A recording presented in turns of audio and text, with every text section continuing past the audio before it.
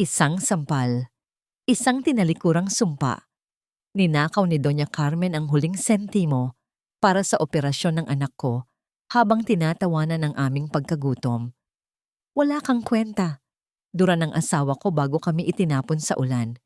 Pero sa harap ng gumuhong barong-barong na ito, hindi ako susuko. Dito magsisimula ang aking paniningil. Kaya ko bang itayo ang bukas mula sa mga pirapirmisong pangarap? Isang sampal, isang tinalikurang sumpa. Ninakaw ni Doña Carmen ang huling sentimo para sa operasyon ng anak ko habang tinatawanan ang aming pagkagutom. Wala kang kwenta. Dura ng asawa ko bago kami itinapon sa ulan. Pero sa harap ng gumuhong barong-barong na ito, hindi ako susuko. Dito magsisimula ang aking paniningil. Kaya ko bang itayo ang bukas mula sa mga pirapirmisong pangarap? Sino ang lalaking yon na nagmamasid sa amin mula sa dilim? Ibigay mo sa akin ang alkansyang yan, Dorothy. Huwag mong subukang itago ang perang pinaghirapan ng anak ko sa loob ng 10 taon. Wala kang karapatang humawak ng kahit isang kusing dahil ikaw ang dahilan kung bakit maagang nawala si Danilo. Ang boses ni Doña Carmen ay parang talim ng kutsilyo na humihiwa sa katahimikan ng maliit na silid. Hindi pa natatapos ang pag-alingaw-ngaw ng kanyang malupit na salita nang maramdaman ni Dorothy ang malakas na pagtama ng palad ng matanda sa kanyang pisngi. Ang tunay na hapdi ay hindi nanggaling sa balat, kundi sa katotohanang ang perang pilit na inaagaw ay ang mga barya at lukot na papel na 5 taon niyang pinag-ipunan mula sa paglalaba at pagtitinda ng kakanin. Iyon ang tanging pag-asa para sa maintenance na gamot ng kanyang 7 taong gulang na anak na si Makmak na kasalukuyang nakahiga sa sulok at humihingal dahil sa hika. Habang hinihila ni Doña Carmen ang mabigat na alkansyang kawayan mula sa nanginginig na mga kamay ni Dorothy, ang tingin ng batang ina ay napako sa isang basong tubig na nasa tabi ng kanyang anak. Kanina lamang ay dahan-dahan niyang pinapakain si Makmak ng lugaw na walang sahog. Tanging asin lamang ang nagbibigay ng lasa habang binubulong sa bata na magiging maayos din ang lahat. Ang bawat subo ay puno ng pagmamahal at sakripisyo, ngunit sa isang saglit, ang lahat ng pagtitiis na yon ay tila naging abo sa harap ng kasakiman ng kanyang biyenan. Naramdaman ni Dorothy ang panunuyo ng kanyang lalamunan. Ang bawat pintig ng kanyang puso ay tila isang tambol na nagbabadya ng panganib. Hindi siya makasigaw. Ang sakit ay nanatiling nakabuhol sa kanyang dibdib. Parang isang malaking bato na unti-unting lumulunod sa kanya sa kailaliman ng dagat. Ang mga gamit nilang mag-ina, ang ilang pirasong damit na kupas na, ang lumang banig at ang kutsyon na halos lumabas na ang mga bulak ay walang habas na itinapon ng mga tauhan ni Carmen sa labas ng pinto, diretso sa basang kalsada dahil sa bumubuhos na ulan. Lumayas kayo. Hindi ko papayagang manatili ang isang malas na babaeng katulad mo sa pamamahay na ito. Humanap ka ng sarili mong lungga, Dorothy, at huwag na huwag mo nang gagamitin ang apelyido namin. Ang pagsara ng pinto ay naglikha ng isang malakas na tunog na yumanig sa buong pagkatao ni Dorothy. Nakatayo siya sa gitna ng ulan. Yakap-yakap ang nanginginig na si Makmak habang ang tubig ay humahalo sa kanyang mga luha. Ang bawat patak ng ulan ay tila mga karayom na tumutusok sa kanyang balat. Nagpapaalala sa kanya na wala na silang matuluyan. Ang kanyang buong mundo ay gumuho sa loob lamang ng ilang minuto. Iniwan siyang duguan ng puso at walang sandigan kundi ang sariling mga paa. Bit-bit ang isang lumang kutsyon na unti-unting bumibigat dahil sa pagkakasipsip ng tubig ulan, naglakad si Dorothy patungo sa City Hall. Ang bawat hakbang ay isang paghihirap. Ang bigat ng kanyang dala ay hindi lamang pisikal, kundi ang bigat ng kawalan ng katiyakan. Sa loob ng gusali ng gobyerno, sa ilalim ng malamig na ilaw ng opisina, inilabas niya ang huling 5,000 piso na nakatago sa loob ng kanyang suot na kamiseta. Ang perang itinago niya para sa pinakamasamang pagkakataon. Ito na ang pagkakataong yon. Binili niya ang isang lupang nakalista sa tax delinquent auction, ang pinakamurang propiedad na walang sinumang gustong kumuha dahil sa balitang ito ay sumpa at malapit ng gumuho. Nang makarating sila sa harap ng nasabing address, isang abandonadong bahay ang sumalubong sa kanila. Ang mga pader ay balot ng baging, ang mga bintana ay basag, at ang bubong ay parang mga ngiping bungi na hindi na kayang protektahan ang sinuman laban sa langit. Dahan-dahang ibinaba ni Dorothy ang basang kutsyon sa maruming sahig ng beranda. Tiningnan niya ang kanyang paligid, ang kadiliman ng gabi, ang ingay ng mga kuliglig, at ang amoy ng lumang kahoy at alikabok. Sa kabila ng lahat, naramdaman niya ang isang kakaibang tibay. Ito ang kanyang simula. Isang simula na binuo mula sa pait at pangaapi. Habang inaayos niya ang higaan ni Makmak sa isang tuyong bahagi ng sahig, napansin ni Dorothy ang isang anino sa di kalayuan. Isang mamahaling sasakyan ang nakahinto sa tapat ng kanilang bagong bahay. Isang lalaki ang bumaba, nakasuot ng mamahaling Amerikana na tila hindi nababasa ng ulan. Ang kanyang mga mata, na kasing lamig ng bakal, ay nakatitig sa bahay. Sa bahay na ngayon ay pag-aari na ni Dorothy. Bakit tila may galit at lungkot sa mga mata ng estrangherong ito? At ano ang kinalaman ng isang bilyonaryong katulad niya sa isang gumigibang barong-barong sa gitna ng kawalan? Hanggang kailan kailangang magbayad ng isang pusong wala namang ninakaw bago mahanap ang kapayapaang pilit na ipinagkakait ng tadhana? Isang hakbang, isang maling pagkakataon. Paano kung ang lugar na nais mong limutin ay ang tanging lugar na magpapaalala sa iyo kung paano magmahal? Ang bawat haligi ng bahay na ito ay parang mga butong unti-unting dinudurog ng panahon. Tulad ng aking puso, na pilit ibinabaon ang isang masakit na kahapon. Nanatiling nakatayo si Spencer sa gitna ng bumubuhos na ulan, hindi alintana ang pagkabasa ng kanyang mamahaling suit na nagkakahalaga ng daan-daang libong piso. Ang kanyang paningin ay nakapako sa gumigibang istruktura na nasa harap niya. Para sa buong mundo, ito ay isang madumi at walang kwentang lupain na kailangang patagin para sa pagtatayo ng isang marangyang mall. Ngunit para kay Spencer, ang bawat bitak sa pader at ang bawat kalansing ng kinakalawang na bubong ay sumisigaw ng isang pangalan. Pangalan ng kanyang ina na huling huminga sa loob ng madilim na silid na yon, habang ang ulan ay kasing lakas din ng nararanasan niya ngayon. Naramdaman niya ang pait na muling gumigising sa kanyang dibdib. Dito siya lumaking gutom. Dito siya nakitang umiiyak ng mga kapitbahay habang hinihiling na sana ay may dumating na himala. Ngunit walang himalang dumating noon. At ngayon, bumalik siya hindi para buhayin ang alaala, kundi para tuluyan itong burahin sa balat ng lupa. Sino ka? Anong kailangan mo sa amin? Ang boses na yon ay galing sa isang babaeng tila, isang basang sisiw na pilit itinatago ang takot sa likod ng tapang. Nakita ni Spencer ang isang babae, si Dorothy, na nakatayo sa veranda. Yakap ang isang bata. Ang kanyang mga mata ay nanlilisik, puno ng paghihinala. Ang buhok nito ay dumidikit sa kanyang mukha dahil sa basa, at ang kanyang manipis na duster ay punong-puno ng putik. Kung galing ka sa City Hall o kung kanino mang gustong kumuha ng bahay na ito, nagkakamali kayo. Binili ko ito ng legal. Akin na ang lugar na ito. Dagdag pa ni Dorothy, ang kanyang boses ay nanginginig, ngunit may determinasyong hindi matatawaran. Dahan-dahang lumapit si Spencer.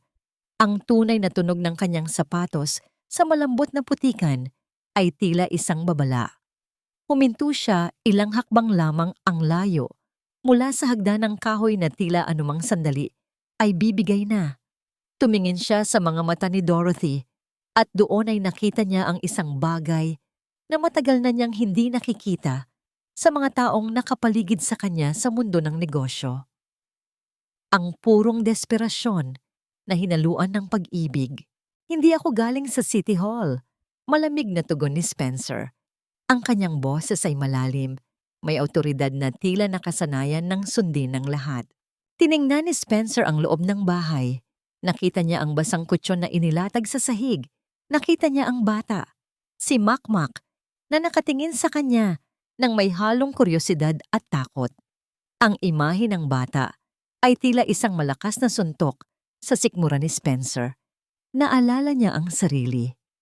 Ang bata ay nakahiga sa mismong pwesto kung saan siya huling nanalangin para sa buhay ng kanyang ina. Isang matinding irony ang bumalot sa hangin. Ang bilyonaryong nagnanais na gibain ang bahay na ito ay nakatayo sa harap ng isang inang handang mamatay para lamang may masilungan ang kanyang anak sa loob ng parehong bahay. Naramdaman ni Spencer ang biglang pagbabago ng kanyang plano. Ang orihinal na balak na takutin ang kung sino mang squatter na bumili sa lupa ay biglang naglaho.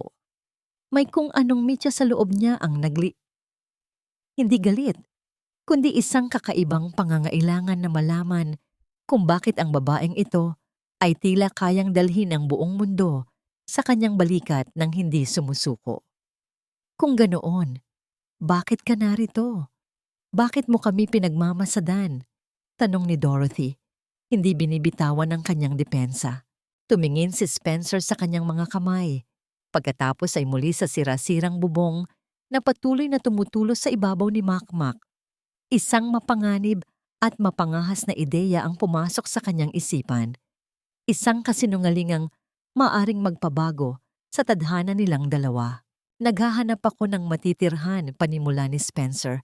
Ang kanyang boses ay naging mas malambot, malayo sa boses ng isang CEO. Ako si Pen, isang karpintero na nawalan ng trabaho sa kabilang bayan. Nakita ko ang bahay niyo. Mukhang kailangan nito ng maraming ayos.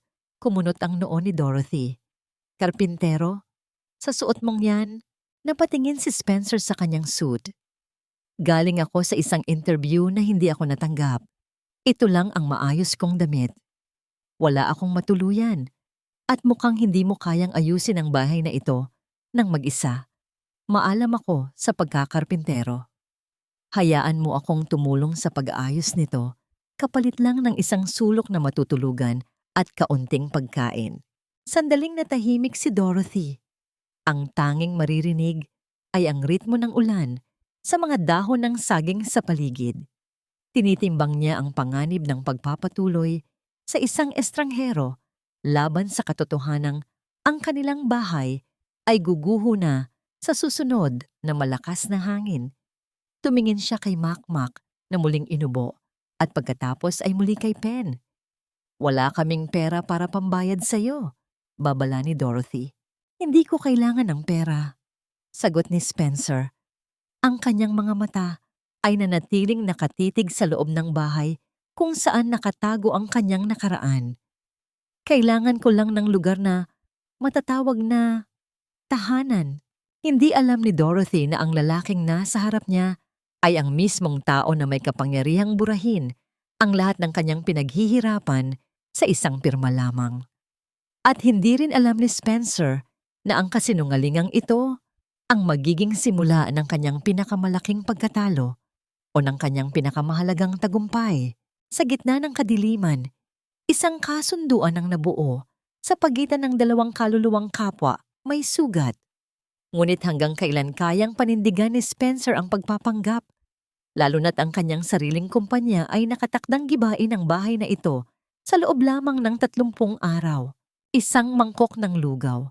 Isang kasinungalingang kasing alat ng luha.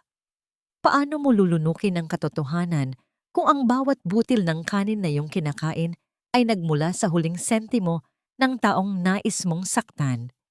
Ang mesa ay hindi lamang lugar ng pagsasalo, kundi isang altar kung saan ang aking dangal ay dahan-dahang inaalay. Ang sikat ng araw sa madaling araw ay pumasok sa mga butas ng bubong na tila mga daliri ng liwanag na itinuturo ang bawat dumi at sira sa loob ng bahay. Para kay Spencer, ang umagang yon ay hindi katulad ng mga umaga sa kanyang penthouse sa Makati, kung saan ang amoy ng bagong giling na kape at ang tanawin ng lungsod ang bumubungad sa kanya. Dito, ang amoy ay luma. Amoy ng basang kahoy, alikabok, at ang anghang ng hangin mula sa mga baging sa labas. Nagsimulang kumilos si Spencer o si Pen, gaya ng pagkakakilala sa kanya ni Dorothy. Gamit ang isang lumang walis na nakita niya sa likod bahay, dahan-dahan niyang nilinis ang mga basag na bubog ng bintana. Ang bawat piraso ng salamin na kanyang pinupulot ay tila mga alaala ng kanyang sariling pagkabata na pilit niyang binubuo. Ang kanyang mga kamay na sanay sa paghawak ng mamahaling ballpen at pagpirma sa mga bilyon-bilyong kontrata ay nagsimulang makaramdam ng hapdi. Hindi siya sanay sa ganitong uri ng trabaho, ngunit kailangan niyang panindigan ang kanyang pagpapanggap. Pen, halika na muna rito. Tama na mo na yan. Baka mapuyat ka na ng husto at hindi ka na makakain. Tawag ni Dorothy mula sa maliit na kusina na ang tanging kagamitan ay isang lumang kalan at ilang pirasong pinggan na may mga lamat. Dahan-dahang lumapit si Spencer sa isang maliit na mesang gawa sa kawayan na tila anumang sandali ay bibigay na. Nakita niya si Dorothy na naglalagay ng 2 mangkok sa ibabaw ng mesa. Sa loob ng mga ito ay lugaw, maputla, malabnaw, at walang anumang sahog, kundi ang puting asin na nakalagay sa isang maliit na platito sa gilid. Pasensya ka na, Pen. Ito lang ang nakayanan ko ngayong umaga. Hindi pa ako nakakabili ng kahit itlog man lang para sa lugaw. Sabi ni Dorothy, habang iniuurong ang isang mangkok patungo sa kanya. Ang kanyang boses ay may halong hiya, pero puno ng katapatan. Umupo si Spencer sa isang lumang silya na lumilikha ng tunog ng pag-aray ng kahoy sa bawat galaw niya. Kinuha niya ang kutsara at dahan-dahang tumikim. Ang init ng lugaw ay gumapang sa kanyang lalamunan. Wala itong lasa, kundi ang alat ng asin, ngunit sa paningin ni Makmak na masayang humihigop sa kabilang panig ng mesa, tila ito ang pinakamasarap na pagkain sa buong mundo. Masarap po, di ba Kuya Pen? Luto po yan ni Nanay na may kasamang love. Masayang sabi ni Makmak. Ang kanyang mga mata ay nagniningning sa kabila ng pamumutla ng kanyang balat dahil sa hika. Tumango si Spencer, hindi siya makapagsalita dahil sa buhol sa kanyang lalamunan. Hindi niya maisip na ang babaeng ito na pinatalsik ng kanyang kumpanya at pinagkaitan ng lahat ay nagagawa pa ring maghain ng pagkain para sa isang estrangherong tulad niya. Ang bawat subo ni Spencer ay tila isang mabigat na parusa. Alam niyang sa loob ng 30 araw, ang mesang ito at ang tawang naririnig niya mula sa bata ay mawawala dahil sa sarili niyang utos. Napansin ni Dorothy ang paghinto ni Spencer sa pagkain. Tumingin siya sa mga kamay ng lalaki na nakahawak sa kutsara. Patingin nga ng mga kamay mo, Pen, sabi ni Dorothy nang bigla. Bago pa makatutol si Spencer, kinuha na ni Dorothy ang kanyang kanang kamay. Ang mga palad ni Spencer ay puno na ng mga paltos na nagsisimulang mamula at mabasag dahil sa hindi sanay na pagtatrabaho. Sabi ko na nga ba, hindi ka sanay sa ganito, bulong ni Dorothy. Tumayo siya at kumuha ng isang maliit na bote na may lamang langis ng niyog. Dahan-dahang nilagyan ni Dorothy ng langis ang mga paltos sa kamay ni Spencer. Ang hapdi ay agad na napalitan ng isang nakakalunod na ginhawa. Ang mga daliri ni Dorothy ay malambot at maingat. Tila bawat haplos ay may layuning pagalingin, hindi lamang ang mga sugat sa balat, kundi ang anumang sakit na itinatago ni Spencer. Ang amoy ng langis ng niyog ay humalo sa hangin. Isang amoy na nagpaalala kay Spencer sa kanyang ina. Pasensya ka na, Pen. Alam kong mahirap ang trabaho rito. Pero salamat dahil tinutulungan mo kaming mabuhay muli sa bahay na ito. Malaking bagay ang ginagawa mo para sa amin ni Makmak, sabi ni Dorothy habang nakatingin sa mga mata ni Spencer. Sa sandaling iyon, ang maskara ng bilyonaryong si Spencer Holdings ay tila unti-unting natutunaw. Nakaramdam siya ng isang kakaibang init sa kanyang dibdib, isang bagay na hindi kayang bilhin ng kanyang yaman. Ang pag-aalaga ni Dorothy ay tila isang gamot na matagal na niyang kailangan ngunit hindi niya alam kung saan hahanapin. Ngunit ang katahimikan at ang magandang sandaling iyon ay biglang nabasag ng maramdaman ni Spencer ang isang malakas na pag-vibrate sa loob ng bulsa ng kanyang pantalon. Ang kanyang mamahaling telepono na nakatago sa ilalim ng kanyang suot na lumang damit ay tumatawag. Mabilis na binawi ni Spencer ang kanyang kamay at tumayo. Sandali lang, may titignan lang ako sa labas. Paalam niya. Ang kanyang boses ay tila kinakabahan. Lumabas siya sa likod bahay, malayo sa pandinig ni Dorothy. Inilabas niya ang telepono at nakita ang pangalan sa screen. Attorney Guevara, Legal Counsel. Sir Spencer, nasaan na po kayo? Kanina pa naghihintay ang Board of Directors para sa pirma niyo sa final demolition order ng buong barangay Pag-asa. Kailangan na nating simulan ang clearing operation sa lalong madaling panahon para hindi tayo mahuli sa schedule ng mall construction. Sabi ng boses sa kabilang linya, malamig at walang pakialam. Tumingin si Spencer sa likod niya, sa loob ng bahay kung saan naririnig niya ang tawa ni Makmak at ang tunog ng pagliligpit ni Dorothy ng mga pinggan. Ang bawat salita ng abogado ay tila isang hatol ng kamatayan sa maliit na pamilyang nagpakain sa kanya ng lugaw at naggamot sa kanyang mga sugat. Hindi ko pa magagawa yan, Guevara. Bulong ni Spencer, ang kanyang mga mata ay naniningkit sa gitna ng matinding dilema. Pero sir, bilyon-bilyon ang mawawala sa atin kapag naantala ito. Ano pong problema? Tanong ng abogado. Bago pa makasagot si Spencer, narinig niya ang mga yapak ni Dorothy na papalapit sa kanya sa labas. Pen, ayos ka lang ba? Sino ang kausap mo? Natigilan si Spencer. Ang kanyang puso ay tila gustong tumalon palabas ng kanyang dibdib. Kung lilingon siya ngayon at makikita ni Dorothy ang kanyang hawak na mamahaling telepono, ang lahat ng kanyang pagpapanggap ay maglalaho sa isang saglit. Paano niya maipaliliwanag ang isang bilyonaryong abogado sa isang karpinterong naghihikahos? Isang patak ng ulan, isang dagundong ng langit. Paano mo ipaglalaban ang isang bubong na alam mong nakatakdang gumuho sa ilalim ng iyong sariling mga kamay? Ang unos ay hindi lamang nasa labas ng pintuan. Ang tunay na bagyo ay ang lihim na unti-unting lumalamon sa aking pagkatao. Mabilis na itinago ni Spencer ang kanyang telepono sa likod ng kanyang likuran bago pa man tuluyang makalapit si Dorothy. Ang kanyang puso ay tumitibok ng mabilis, hindi dahil sa takot, kundi dahil sa matinding hiya na nararamdaman niya sa harap ng babaeng tanging kabutihan lamang ang ipinapakita sa kanya. Wala ito, Dorothy. Ang dating amo ko lang sa konstruksyon. Tinatanong kung kailan ako makakabalik para sa huli kong sahod. Pagsisinungaling ni Spencer, ang kanyang boses ay bahagyang nanginig. Tiningnan siya ni Dorothy ng may pag-aalala, ngunit hindi na ito nagtanong pa. Lumingon ang babae sa langit na mabilis na nagdidilim.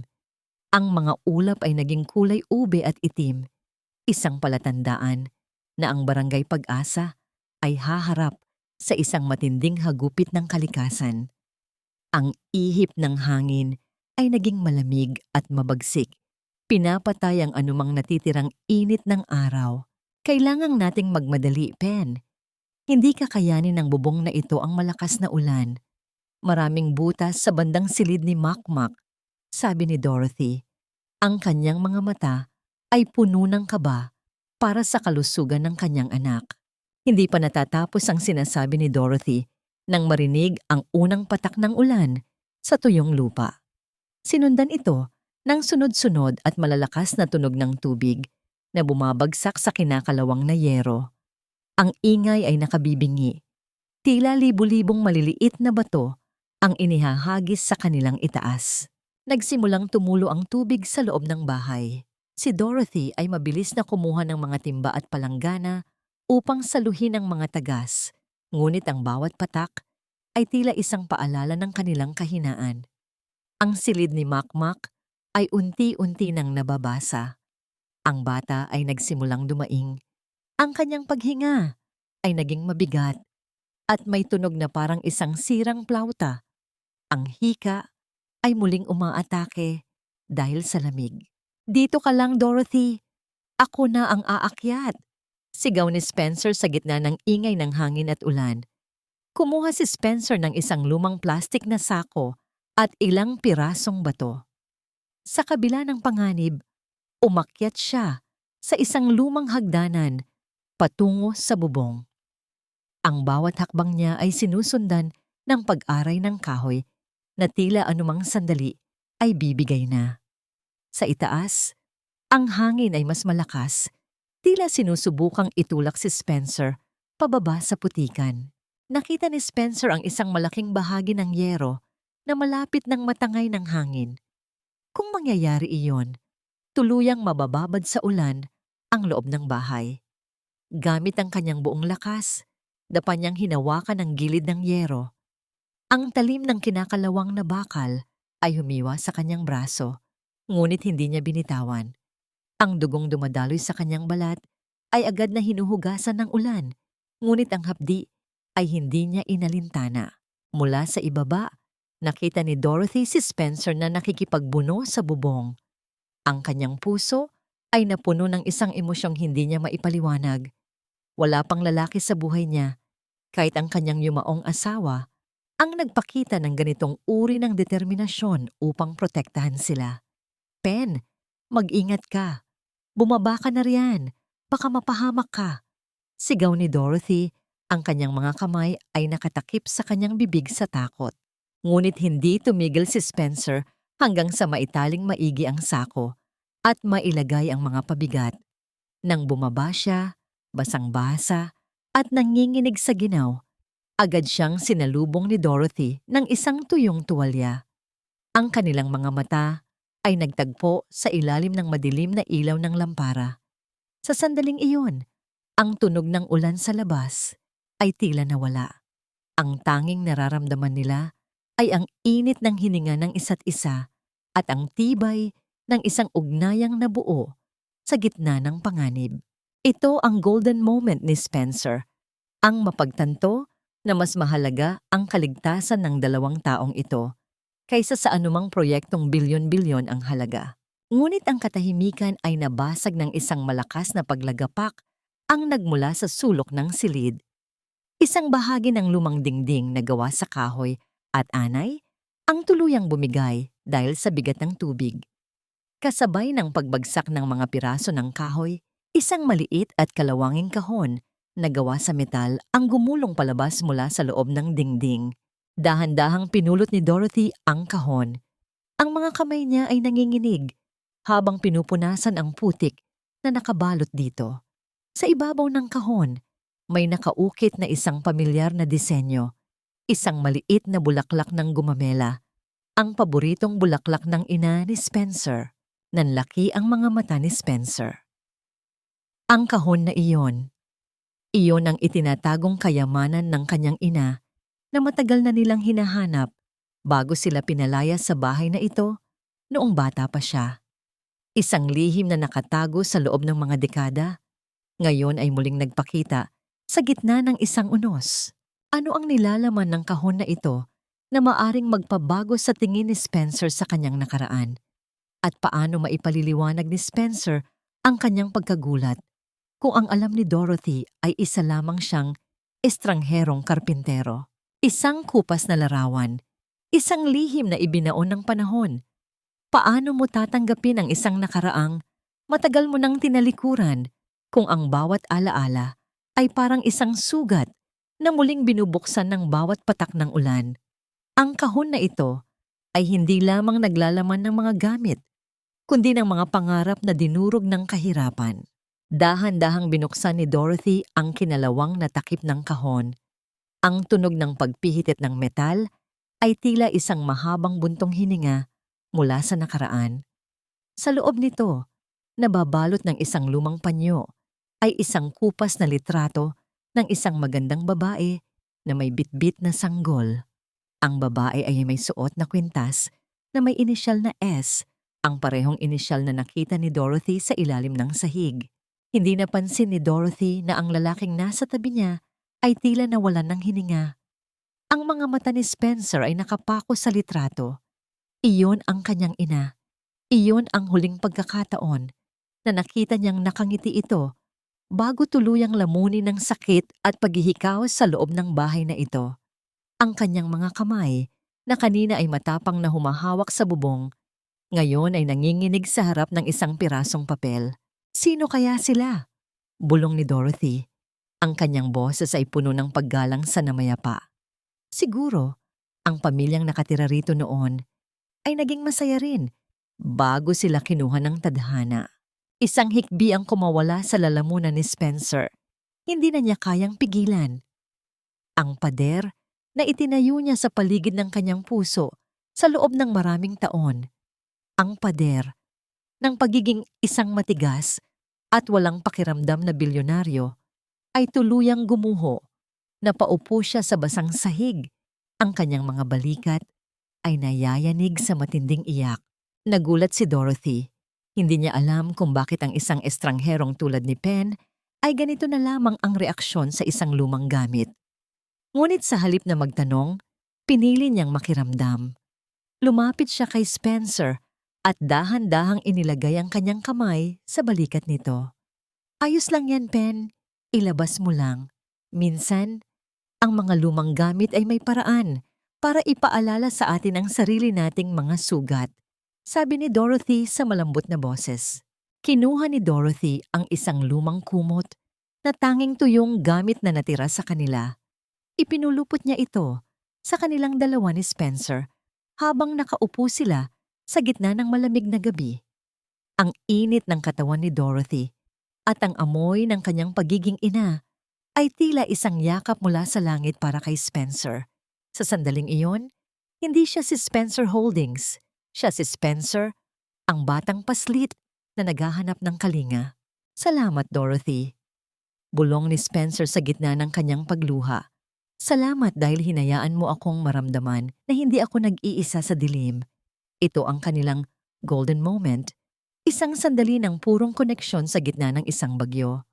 Ang slow burn na nararamdaman nila ay nagsisimulang magliyab, hindi bilang pagnanasa, kundi bilang isang malalim na pag-unawa sa pait ng buhay. Kinabukasan, tumila na ang ulan. Ang langit ay asul muli, ngunit ang paligid ay puno ng putik at kalat. Maagang nagising si Spencer. Alam niyang kailangan niyang bumalik sa pagpapanggap, pero ang kanyang puso ay tila ayaw nang kumalas sa simpleng buhay na ito. Bit-bit ang isang balde ng semento, sinimulan niyang ayusin ang bahagi ng pader na gumuho kagabi. Ang kanyang mukha ay puno ng dumi at ang kanyang mga braso ay may mga galos mula sa pagtatrabaho. Habang nagbubuhat siya ng mabigat na balde patungo sa harap ng bahay, isang itim na SUV ang dahan-dahang huminto sa di kalayuan sa kanto ng Barangay Pag-asa. Ang bintana ng sasakyan ay bumaba at mula sa loob, nakita ng kanyang mga tauhan, ang kanyang personal na bodyguard at ang kanyang secretary, ang kanilang boss. Nanlaki ang mga mata ng kanyang secretary. Ang makapangyarihang CEO na kilala sa pagiging masilan at perpektoista ay ngayon ay naglalakad sa gitna ng putikan, nakasuot ng butas-butas na damit at may bitbit na balde ng semento na parang isang karaniwang kargador. Sir Spencer? Bulong ng sekretary sa loob ng sasakyan, hindi makapaniwala sa kanyang nakikita. Bago pa makakilos ang mga tauhan niya, upang lapitan siya, lumingon si Spencer sa direksyon ng sasakyan. Ang kanyang mga mata ay nagbabala. Isang maling galaw nila at mabubunyag ang lahat sa harap ni Dorothy na kasalukuyang nagwawalis sa veranda. Ngunit huli na, ang isa sa mga bodyguard ay bumaba na ng sasakyan at nagsimulang maglakad patungo sa kinaroroonan ni Spencer, dala ang isang mahalagang folder na kailangang mapirmahan sa araw na yon. Isang sigaw, isang mapanirang balak. Paano mo babantayan ang isang tahanang pilit ginigiba ng kasakiman ng sarili mong kadugo? Ang tunay na kaaway ay hindi ang mga anay na kumakain sa kahoy, kundi ang mga taong may pusong kasing itim ng uling. Mabilis na gumalaw ang mga mata ni Spencer. Nakita niyang papalapit si Leo, ang kanyang pinagkakatiwalaang bodyguard, na may dalang folder. Sa isang iglap, kinuha ni Spencer ang isang piraso ng plywood at hinarang ito sa kanyang mukha. Kunwari ay sinusukat ang sukat nito. "Umalis ka rito, Leo! Ngayon din!" Bulong ni Spencer sa boses na puno ng bagsik habang nakatalikod sa veranda kung nasaan si Dorothy. Natigilan si Leo. Hindi niya maintindihan kung bakit ang kanyang amo ay nagmumukhang pulubi at nag-uutos sa kanya habang may bitbit na martilyo. Ngunit bago pa man makasagot si Leo, isang matinis na tunog ng preno ng sasakyan ang umalingaw-ngaw sa kalsada. Isang lumang van ang huminto at mula rito ay bumaba ang isang babaeng nakasuot ng makapal na alahas at tila handang makipag-away sa buong mundo. Si Doña Carmen. Ang secretary at bodyguard ni Spencer ay mabilis na bumalik sa loob ng kanilang sasakyan upang hindi mahalata. Iniwan si Spencer na nakaharap sa isang mas malaking gulo. "Hoy, Dorothy! Lumabas ka riyan! Ikaw na babaeng walang utang na loob." Ang sigaw ni Doña Carmen ay sapat na upang lumabas ang mga tsismosa sa kanilang mga bintana. Ang tunog ng kanyang mga takong sa sementadong bahagi ng kalsada ay tila mga hakbang ng isang paparating na sakuna. Lumabas si Dorothy mula sa pinto. Bitbit ang isang basahan. Ang kanyang mukha ay agad na namutla nang makita ang dating biyenan. Sa likod ni Carmen ay may dalawang lalaking mukhang maton at isang lalaking nakasalamin na may dalang mga dokumento. "Bakit ka narito, Doña Carmen? Wala na tayong pag-uusapan. Nakuha mo na ang lahat ng pera ko." Matapang na sabi ni Dorothy, bagaman nanginginig ang kanyang mga kamay. Humalakhak si Carmen. Isang tunog na puno ng pangungutya. "Akala mo ba ay tatantanan kita? Nalaman ko na ang lupang ito, itong basurang tinitirhan mo, ay bahagi ng malaking proyekto ng Spencer Holdings. Magiging bilyon ang halaga nito. At dahil asawa mo si Danilo, ang perang pambili mo rito ay galing sa pamilya namin. Akin ang lupang ito, Dorothy." Napatayo si Spencer sa gilid.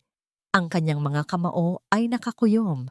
Ang pagnanasa niyang sumigaw at sabihing siya ang may-ari ng Spencer Holdings ay halos hindi na niya mapigilan. Ngunit kailangan niyang manatiling si Pen. "Hindi totoo yan. Binili ko ito gamit ang sarili kong pawis."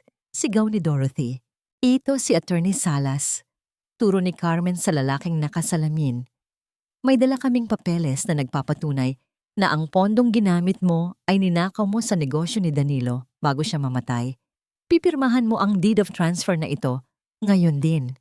O kakalad ka rin kita sa kulungan at kukunin ko si Makmak para dalhin sa aming probinsya." Ang pagbabanta kay Makmak ang tuluyang nagpaalab sa galit ni Dorothy. "Huwag mong madamay-damay ang anak ko. Wala kang puso." Isang mato nang lumapit at tinangkang hablutin ang braso ni Dorothy upang pilitin itong pumirma. Hindi na nakapagpigil si Spencer. Sa isang mabilis na galaw, iniwan niya ang plywood at hinarangan ang maton. Ang kanyang katawan ay tila isang pader na hindi matitibag. "Bitawan mo siya." Ang boses ni Spencer ay hindi na boses ng isang mahirap na karpintero. Ito ay ang boses ng isang lalaking sanay pumatay ng kalaban sa negosyo. "At sino ka namang basurero ka?" Mataray na tanong ni Carmen, tinitingnan si Spencer mula ulo hanggang paa. "Ang bagong kabit mo ba ito, Dorothy? Ang bilis mo ring humanap ng pamalit sa anak ko, ha? Isang karpintero lang pala ang level mo. Ako ang taga-ayos ng bahay na ito." Sabi ni Spencer, pilit na ibinabalik ang kanyang disguise, pero ang kanyang mga mata ay nananatiling nakatusok kay Carmen. "At ang mga papeles na dala nyo, peke yan. Walang abogado ang magdadala ng ganyang dokumento sa ganitong oras nang walang tamang proseso sa korte." "Aba, marunong ka pang mga tuwiran." "Hoy, Attorney Salas, ipakita mo sa kanila." Sigaw ni Carmen. Ngunit bago pa makakilos ang huwad na abogado, Kinuha ni Carmen ang isang lighter mula sa kanyang bag. Ayaw mong pumirma? Sige, kung hindi mapupunta sa akin ang lupang ito, walang makikinabang dito. Itinapon ni Carmen ang isang bote ng gaas sa veranda at sinubukang sindihan ng lighter. Ang amoy ng petrolyo ay agad na kumalat. Nagbabadyang lamunin ng apoy ang lahat ng pinaghirapan ni Dorothy at ang tanging lugar na nagbigay sa kanila ng pag-asa. Huwag! Sigaw ni Dorothy. Akmang susugod, ngunit pinigilan siya ni Spencer. Sa sandaling iyon, ang lahat ay tila tumigil. Ang apoy mula sa lighter ni Carmen ay sumasayaw sa hangin, malapit sa basang kahoy ng beranda. Ang kapalaran ni Dorothy, ni Makmak, at ang lihim ni Spencer ay nakabitin sa isang manipis na sinulid. Mapipigilan ba ni Spencer ang baliw na balak ni Carmen nang hindi inilalantad ang kanyang tunay na kapangyarihan? O hahayaan niyang maging abo ang bahay na siyang tanging nagparamdam sa kanya ng tunay na pagmamahal pagkatapos ng maraming taon? Isang ukit sa kahoy, isang liham na selyado ng kapangyarihan. Paano mo tatanggapin ang pasasalamat ng isang pusong balang araw ay wawasakin mo rin? Ang bawat letra sa dokumentong ito ay tila isang hatol ng kamatayan, isinulat sa tinta ng aking sariling pagtataksil. Mabilis ang naging galaw ni Spencer. Bago pa man maibaba ni Doña Carmen ang sindi ng lighter sa basang beranda, hinablot niya ang bote ng gaas at itinapon ito sa malayo, sa bahagi ng bakuran na walang damo. Ang bote ay tumama sa isang malaking bato at nabasag.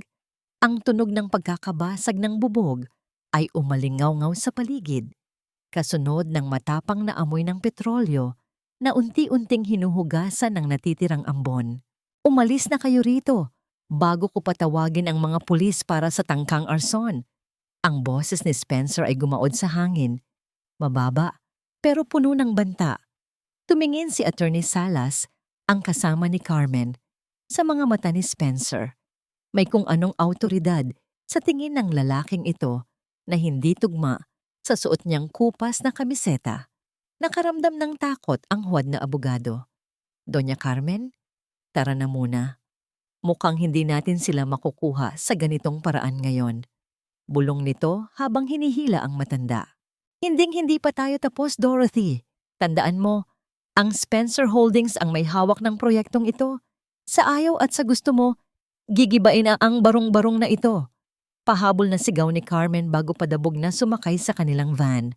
Ang tunog ng pag-andar ng makina ay tila isang ungol ng talunang hayop na nangangakong babalik.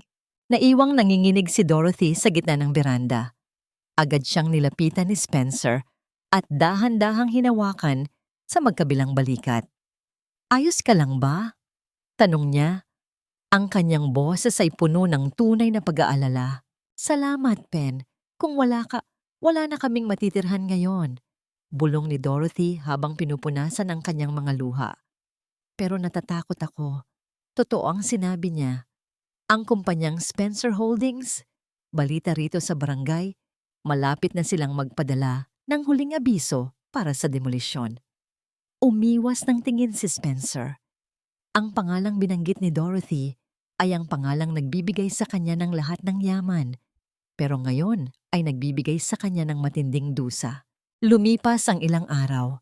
Isang gabi, pagkatapos ng mahabang oras ng pag-aayos sa kusina, tinawag ni Dorothy si Spencer sa maliit na hapagkainan.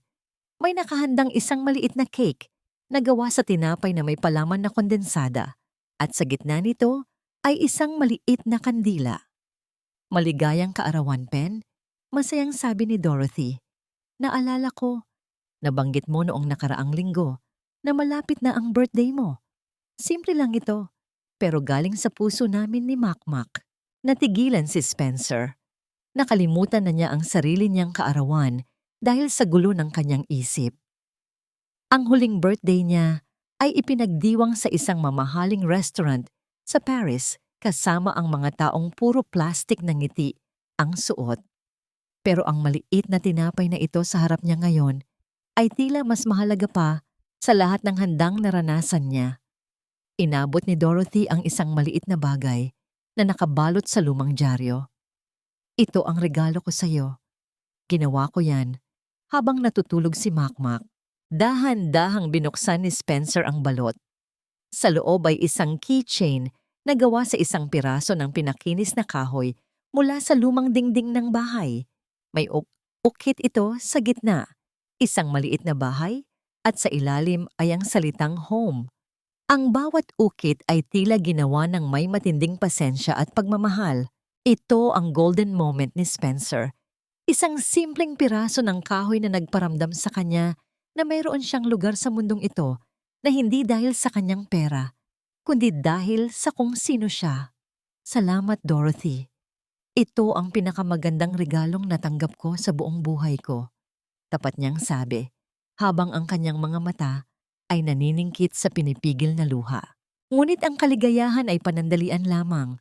Pagkatapos ng kanilang munting salo-salo, nang makatulog na ang mag-ina, pumunta si Spencer sa sulok kung saan siya natutulog. Doon, nakatago sa ilalim ng kanyang bag, ay ang folder na iniwan ni Leo, ang kanyang secretary, noong nakaraang araw. Dahan-dahan niyang binuksan ang folder. Ang unang pahina ay ang Final Eviction and Demolition Order for Barangay Pag-asa. Sa ibaba nito ay ang linyang naghihintay para sa kanyang pirma. Ang pirma ni Spencer Holdings, CEO. Kinuha niya ang ballpen. Ang bawat segundo ng pag-iisip ay tila isang oras ng paghihirap. Kung pipirma siya, magpapatuloy ang kanyang bilyon-bilyong proyekto, pero wawasakin niya ang home na nakaukit sa kanyang keychain. Kung hindi siya pipirma, mawawala ang tiwala ng kanyang mga investor at maaaring bumagsak ang kanyang kumpanya. Sa gitna ng katahimikan ng gabi, tanging ang tunog ng kuliglig sa labas ang maririnig. Pinirmahan ni Spencer ang dokumento nang may nanginginig na kamay. Ang bawat guhit ng kanyang pangalan ay tila isang sugat sa kanyang budhi. Kinaumagahan, nagising si Dorothy sa isang kakaibang ingay sa labas.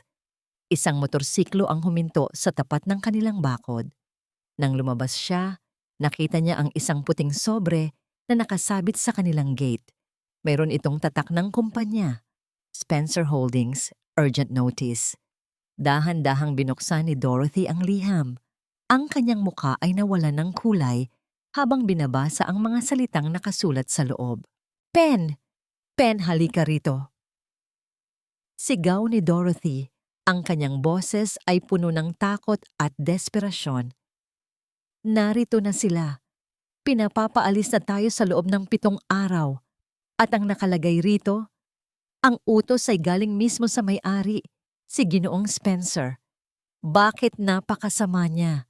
Bakit kailangan niyang kunin ang kaisa-isang bagay na meron kami? Nakatayo si Spencer sa likuran ni Dorothy. Nakatingin sa liham na siya mismo ang nag-utos na ipadala. Ang bigat ng keychain sa loob ng kanyang bulsa ay tila naging 1 toneladang bakal na humihila sa kanya pababa sa kailaliman ng pagsisisi. Paano haharapin ni Spencer ang galit ng babaeng kanyang minamahal kapag nalaman nito na ang pen na nagligtas sa kanila ay ang Spencer na papatay sa kanilang mga pangarap? 7 araw. Isang pirasong papel na kasing talim ng labaha. Paano mo ipapaliwanag sa isang bata na ang kaisa-isang lugar kung saan siya nakakatulog nang mahimbing ay kukunin ng isang taong hindi man lang sila kilala? Ang bawat letra sa abisong ito ay tila mga anay na unti-unting kinakain ang huling pag-asa ng aking pamilya. Mamatay na yata kami sa gutom, Pen, pero hindi pa sila nakukontento. Gusto pa nilang pati itong bubong sa itaas ng ulo namin ay kunin din. Ang boses ni Dorothy ay halos isang bulong na lamang. Basag. At puno ng pait habang nakasandal sa pintong kahoy. Ang liham mula sa Spencer Holdings ay dahan-dahang nalulukot sa loob ng kanyang mahigpit na pagkakahawak. Nakatayo si Spencer sa dilim ng pasilyo. Ang kanyang anino ay tila isang halimaw na nagbabadyang lamunin ng maliit na liwanag mula sa lampara. Gusto niyang magsalita. Gusto niyang sabihing, "Ako ang may-ari ng kumpanyang yan, Dorothy. At ititigil ko ang lahat." pero ang bawat salita ay nananatiling nakabuhol sa kanyang lalamunan. Ang pakiramdam ng pagkakasala ay parang isang mabigat na kadena na pumupulupot sa kanyang dibdib, dahan-dahang pinipigilan ang kanyang sariling paghinga.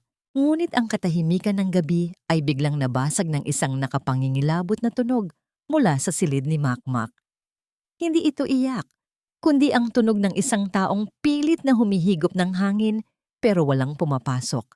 Ito ang tunog ng paghihirap ng isang bansi na pilit hinihipan pero barado. Makmak! Sigaw ni Dorothy habang mabilis na tumatakbo patungo sa kanyang anak. Tahimik na tumayo si Teresa sa harap ng salamin. Namumugto ang kanyang mga mata, ngunit wala ng luha ang natitira. Dahan-dahan niyang dinampot ang gunting at tinitigan ang kanyang mahabang buhok. Ang buhok na minsang gustong-gusto ni Carlos, ang buhok na lagi nitong hinahaplos habang binubulungan siya ng mga pangakong hindi naman pala tutuparin. Sa isang malalim na paghinga, isinara niya ang kanyang puso sa nakaraan. Sabay ng isang matalim na lagitik, bumagsak ang unang kumpol ng buhok sa sahig. Isa pa, at isa pa. Bawat hiblang napuputol ay tila pagputol din sa sakit, pagtataksil, at mga alaala ng pagmamahal na minsang pinaniwalaan niya. Habang unti-unting umiikli ang kanyang buhok, pakiramdam niya ay unti-unti ring nawawala. Ang dating Teresa, ang babaeng handang isakripisyo ang lahat para sa isang lalaking hindi siya pinahalagahan. Nang mahulog ang huling hibla, tumingala siya sa salamin at ngumiti ng bahagya. Patay na ang dating Teresa at mula sa mga abo ng kanyang pagkawasak, isang mas matatag, mas matapang at mas mapanganib na Teresa ang isinilang. Pen, tulong! Hindi siya makahinga. Ang nebulizer niya wala ng gamot. Hindi pa ako nakakabili. Ang desperasyon sa boses ni Dorothy ay tila 1,000 karayom na tumutusok sa puso ni Spencer. Hindi na nag-isip si Spencer. Binuhat niya ang bata. Ang gaan ni Makmak ay lalong nagpadama sa kanya ng bigat ng kanyang pagkukulang. Sa labas, ang ulan ay nagsisimula na namang pumatak. Ginagawang madulas at maputik ang bawat hakbang. Wala silang sasakyan at ang pinakamalapit na pampublikong klinika ay sarado na sa ganitong oras. Hindi natin siya pwedeng dalhin sa klinika lang, Dorothy. Kailangan niya ng malaking ospital. Sigaw ni Spencer habang mabilis na naglalakad patungo sa kalsada. Pero wala tayong pera, Pen. Hindi tayo tatanggapin sa St. Jude Medical Center. Pangmayaman lang doon. Sagot ni Dorothy. Ang kanyang mga paa ay hubad sa putikan habang pilit na sumasabay sa mga hakbang ni Spencer. Huwag mong isipin ang pera. Ako ang bahala. Ang boses ni Spencer ay bumalik sa pagiging autoritatibo. Ang boses ng isang bilyonaryong sanay mag-utos at masunod. Pagdating sa harap ng kalsada, isang itim na sasakyan ang biglang huminto sa tapat nila. Isang sasakyang kanina pa nagmamasid sa dilim. Ito ang sasakyan ni Leo, ang kanyang bodyguard. Hindi na nagtanong si Dorothy sa takot. Sumakay sila agad. Sa loob ng sasakyan, nakita ni Spencer ang panginginig ng mga kamay ni Dorothy habang hinahawakan ang malamig na kamay ng anak. Pagdating sa St. Jude Medical Center, ang pinakamahal na ospital sa bansa, agad na hinarang sila ng mga gwardiya dahil sa kanilang hitsura. Marumi, basang-basa, at mukhang mga pulubi mula sa Barangay Pag-asa. Doon kayo sa public hospital, bawal dito ang walang deposit. Sabi ng isang staff sa triage nang may halong pandidiri. Dito na sumabog ang galit ni Spencer. Inilapag niya si Makmak sa stretcher at hinarap ang staff. Hindi na niya itinago ang kanyang mukha. Ang kanyang mga mata ay nagniningning sa galit na tila isang haring hinamon sa kanyang sariling kaharian. Iligtas mo ang batang ito ngayon din o sisiguraduhin kong bukas na bukas ay wala ka ng trabaho at ang ospital na ito ay mawawalan ng lisensya. Sigaw ni Spencer. Ako si Spencer Holdings. Tawagan mo ang direktor niyo ngayon din. Natigilan ang lahat. Ang pangalang Spencer ay tila isang mahiwagang salita na nagpabukas sa lahat ng pinto. Sa loob ng ilang segundo, ang mga doktor at nurse na kanina ay walang pakialam, ay mabilis na nagtatakbuhan patungo sa kanila. Ang VIP treatment ay agad na ibinigay kay Makmak. Nakatayo si Dorothy sa gilid. Ang kanyang mukha ay puno ng pagkalito at takot. Tumingin siya kay Spencer. Ang lalaking kanina lang ay tinatawag niyang Pen. Ang karpinterong kumakain ng lugaw kasama nila. Ang lalaking nagagamot ng kanyang mga sugat. Ano? Anong sinabi mo? Spencer? Bulong ni Dorothy. Ang kanyang boses ay tila isang marupok na sinulid na malapit ng maputol. Sa sandaling iyon, ang secretary ni Spencer na si Leo ay lumapit at iniabot ang isang gold card sa head nurse. I-charge niyo ang lahat sa account ni Mr. Spencer Holdings. Siguraduhin niyong makuha ng bata ang pinakamagandang kwarto. Ang katahimikan sa pagitan ni Dorothy at Spencer ay mas nakabibingi kaysa sa ingay ng mga medical monitor sa loob ng emergency room. Ang lahat ng kasinungalingan, ang bawat ukit sa keychain, at ang bawat haplos ng langis ng niyog ay tila naglalaho sa harap ng katotohanang ang taong pinagkatiwalaan ni Dorothy ay ang taong pinakakinakamuhian niya sa buong mundo. Dahan-dahang tumingin si Dorothy sa bill ng ospital na hawak ng nurse kung saan malinaw na nakasulat ang pangalan ng nagbabayad, Spencer Holdings CEO. Ang kanyang mga mata ay unti-unting napuno ng luha, hindi dahil sa pasasalamat, kundi dahil sa isang malalim na pakiramdam ng pagtataksil na mas masakit pa sa sampal ni Doña Carmen. Sino ka ba talaga, Pen? Ang tanong ni Dorothy ay tila isang matalim na kutsilyo na bumaon sa puso ni Spencer. Ang bawat tunog ng makina sa kwartong ito ay tila isang hatol, isang bilyonaryong nagsuot ng maskara ng pulubi. Pinagkatiwalaan ko ang kanyang mga kamay, hindi ko alam na ang mga kamay na iyon ang pumirma sa aming paghihirap. Paano mo papatawarin ang taong binigyan ka ng buhay pero ninakawan ka ng dangal? Ang katotohanan ay mas masakit pa sa anumang sakit na kayang gamutin ng ospital na ito. Nanginginig ang mga kamay ni Dorothy habang hawak ang puting papel na naglalaman ng impormasyon ng pasyente. Doon, sa ilalim ng column para sa garantor, malinaw na nakasulat ang pangalang nagpapatigil sa kanyang mundo. Spencer Montgomery, CEO, Spencer Holdings. Tumingin siya kay Spencer. Ang lalaking nasa harap niya ay suot pa rin ang kupas na kamiseta na may mantsa ng semento at putik mula sa kanilang bahay. Ngunit ang paraan ng pagtayo nito, ang paraan ng pagyuko ng mga nurse sa tuwing dadaan ito, at ang presensya ng mga lalaking nakasuit sa labas ng pinto ay nagsasabi ng ibang kwento. Hindi ito si Pen. Hindi ito ang karpinterong walang matuluyan. Sir Spencer, handa na po ang lahat ng kailangan para sa operasyon ng bata. Ang lahat ng bayad ay naayos na po. Ang boses ni Leo ay malamig at formal. Bumasag sa katahimikan ng marangyang VIP room. Ang bawat salitang sir ay tila isang sampal sa mukha ni Dorothy. Dahan-dahang binitiwan ni Dorothy ang papel. Ang tunog ng pagbagsak nito sa sahig ay tila mas malakas pa sa dagundong ng kulog. Ang silid na ito, na may malambot na kama, malamig na aircon, at mamahaling kagamitan, ay biglang naging parang isang kulungan para sa kanya. Ang amoy ng gamot ay humalo sa amoy ng kanyang sariling kahirapan. Ang amoy ng pawis at ulan na tila hiyang-hiya sa kinang ng puting pader ng ospital. Pinaglaruan mo ba kami, Spencer? Ang boses ni Dorothy ay halos hindi lumalabas sa kanyang lalamunan. Ang kanyang mga mata ay naniningkit sa hapdi ng pagtataksil. Iyong lugaw na kinain mo, iyong langis ng niyog na ipinunas ko sa mga paltos mo, bahagi ba yan ng plano mo para mapapirma ako sa pagpapaalis sa amin? Dorothy, makinig ka. Hakbang ni Spencer patungo sa kanya, akmang hahawakan ang kanyang braso, ngunit mabilis na umatras ang babae. Ang bawat sentimetro ng distansya sa pagitan nila ay tila naging isang malalim na bangin na puno ng mga lihim at kasinungalingan. "Huwag mo akong hahawakan!" sigaw ni Dorothy. Ang kanyang boses ay nanginginig sa matinding galit at kahihiyan. Kaya pala, kaya pala alam mo ang tungkol sa mga papeles.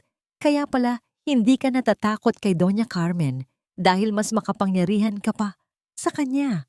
Dahil ikaw ang may-ari ng lahat ng ito. Ikaw ang Spencer na tinutukoy sa abiso ng demolisyon. Napayuko si Spencer. Ang kanyang mga kamay, na kanina ay tila kayang kontrolin ng buong mundo, ay nakakuyom na lamang sa kanyang gilid. Noong una, oo, pumunta ako roon dahil kailangan ng kumpanya ko ang lupang iyon. Pero nang makita kita, nang makilala ko si Makmak, nagbago ang lahat, Dorothy. Hindi ko ginusto na saktan ka. Pero pinirmahan mo ang order. Mabilis na sagot ni Dorothy. Ang kanyang mga luha ay tuluyan ng pumatak, mainit at puno ng pait. Nakita ko ang pirma mo sa abisong dumating kagabi. Habang kinakain mo, ang tinapay na iniregalo ko sa'yo, alam mong mawawalan kami ng bahay dahil sa'yo. Anong klaseng tao ka? Ang katahimikan sa loob ng kwarto ay naging masakit. Ang tanging maririnig ay ang mahinang ritmo ng paghinga ni Makmak sa ilalim ng oxygen mask. Tiningnan ni Dorothy ang kanyang anak. Ang anak na naligtas dahil sa yaman ng lalaking wawasak sa kanilang kinabukasan. Ito ang pinakamasakit na bahagi. Ang utang na loob na hindi niya kailanman mababayaran. Salamat sa pagliligtas kay Makmak, sabi ni Dorothy sa boses na wala ng emosyon, patay na at malamig. Pero hindi mo mabibili ang dangal ko, Spencer. At lalong hindi mo mabibili ang tahanan namin. Ang bawat sentimo na ginastos mo rito, babayaran ko yan. Kahit ubusin ko ang buong buhay ko sa paglalaba, babayaran kita. Dorothy, hindi mo kailangang gawin yan. Kailangan ko. Putol ni Dorothy. Dahil ayaw kong magkaroon ng utang na loob sa isang taong ang tingin sa aming mga mahihirap ay parang mga anay lang na kailangang bombahin at walisin para makapagtayo ng mall. Dahan-dahang lumapit si Dorothy sa kama ni Makmak at hinalikan ang noo ng anak. Pagkatapos, tumayo siya ng tuwid, pinunasan ang kanyang mukha at hinarap si Spencer ng may dignidad na mas matayog pa sa anumang gusaling pag-aari nito. Mula ngayon, wala ng pen. At para sa amin, wala na ring Spencer Montgomery. Kunin mo na ang lahat sa amin. Sirain mo na ang bahay na yon. Pero, hinding-hindi mo makukuha ang respeto ko. Tinalikuran ni Dorothy si Spencer at naglakad patungo sa pinto. Ang bawat hakbang niya sa makinis na tiles ng ospital ay tila isang deklarasyon ng digmaan. Ngunit bago niya mahawakan ang seradura ng pinto, isang boses mula sa labas ang narinig. Ang boses ni Doña Carmen na tila may kasamang mga pulis. Nasaan ang babaeng magnanakaw na yan? Nalaman kong dinala niya ang apo ko sa ospital na ito gamit ang perang ninakaw niya. Ilabas niyo si Dorothy. Ang sigaw ni Carmen ay umaaling-awngaw sa pasilyo ng VIP floor. Napatigil si Dorothy. Ang kanyang mundo ay muling nahaharap sa panibagong panganib, habang ang taong tanging makakapagtanggol sa kanya ay ang taong kakaitak lang niya ng kanyang galit. Paano pipiliin ni Dorothy ang kaligtasan kung ang tanging sandigan niya ay ang lalaking bumasag sa kanyang puso? At ano ang gagawin ni Spencer kapag kailangan niyang mamili sa pagitan ng pagprotekta kay Dorothy o ang pagpapanatili ng kanyang reputasyon sa harap ng mga otoridad? Ibigay niyo sa akin ang batang iyan. Isang kriminal ang ina niya at hindi ko hahayaang lumaki ang apo ko sa piling ng isang babaeng mandaraya. Ang matinis na boses ni Doña Carmen ay bumasag sa kapayapaan ng VIP hallway ng ospital, tila isang basag na salamin na ikinalat sa sahig. Sa likod niya, 2 pulis ang nakatayo nang may pag-aalinlangan, dala ang mga warrant na halatang binayaran ng matanda. Habang ang mga nurse ay pilit na humaharang, si Dorothy ay nakatayo sa loob ng kwarto ni Makmak, nakahawak sa gilid ng kama ng anak, nakasalukuyang mahimbing na natutulog sa ilalim ng impluwensya ng gamot. Ang kaibahan ng eksena ay tila isang malupit na biro.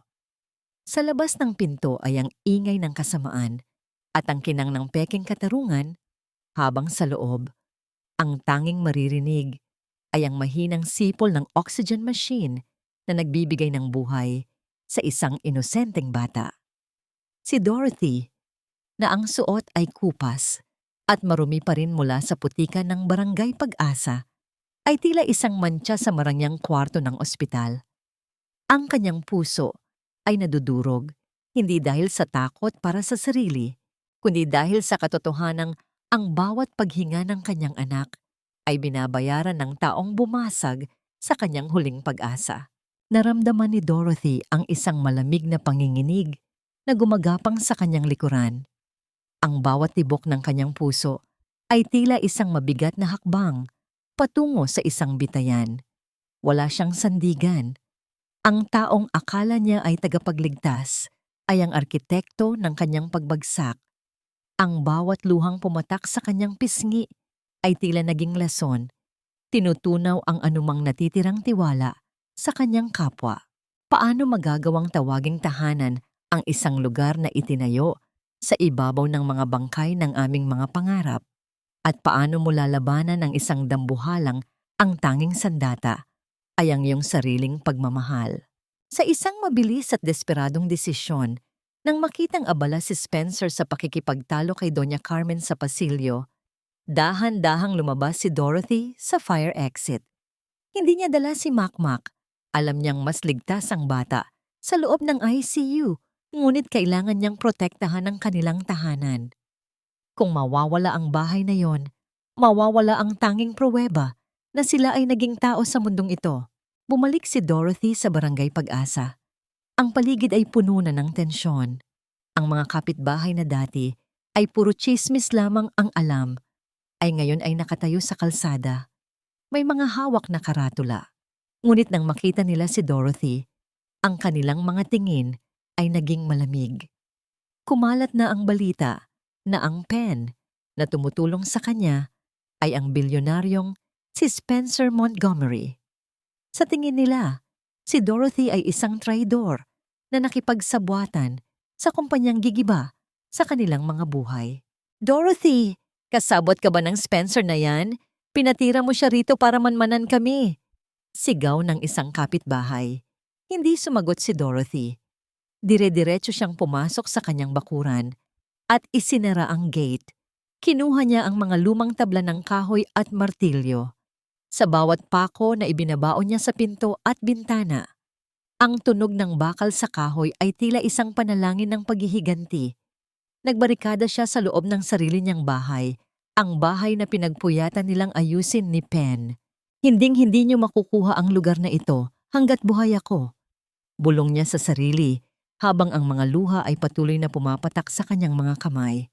Dumating ang kinatatakutang oras. Ang dagundong ng malalaking makina ay narinig mula sa dulo ng kalsada. Isang higanting bulldozer, kulay dilaw at tila isang gutom na halimaw, ang dahan-dahang gumagapang patungo sa Barangay Pag-asa. Sa likod nito, isang pangkat ng mga lalaking naka-helmet at may dalang mga kalasag ang naglalakad ng sabay-sabay. At sa gitna ng lahat, nakatayo si Spencer Montgomery, suot ang kanyang mamahaling suit, nakatayo sa tabi ng mga inhinyero.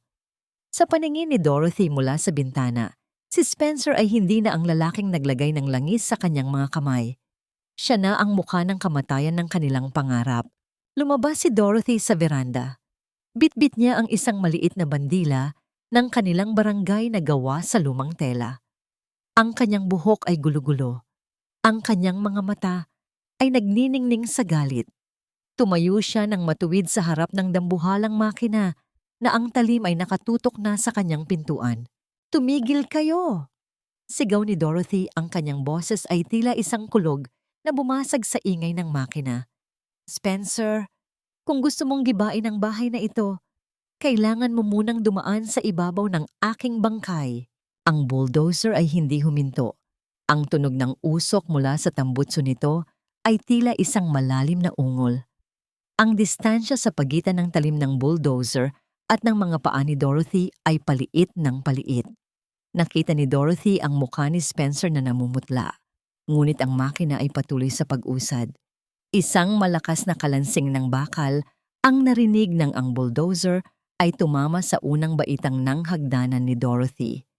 Ang buong bahay ay nanginginig, tila isang nilalang na sumisigaw sa sakit. Mapapanindigan ba ni Dorothy ang kanyang paninindigan sa harap ng dambuhalang bakal? At magagawa ba ni Spencer na panoorin ang pagguho ng bahay kasama ang babaeng nagturo sa kanya kung paano muling maging tao? Patayin niyo ang makina! Sabi ng patayin niyo ang makina, ngayon din. Ang sigaw ni Spencer ay tila isang kidlat na tumama sa gitna ng ingay ng dambuhalang bulldozer. Ang lead engineer na may hawak na megaphone ay napatigil sa pag-uutos. Ang operator ng makina ay mabilis na hinila ang pingga at ang nakabubulag na dagundong ng makina ay unti-unting humina hanggang sa muling manaig ang tunog ng malakas na ulan at ang mabigat na paghinga ng mga taong nakapaligid. Hindi alintana ang kanyang mamahaling sapatos sa malalim na putikan. Tumakbo si Spencer patungo sa harapan ng bulldozer.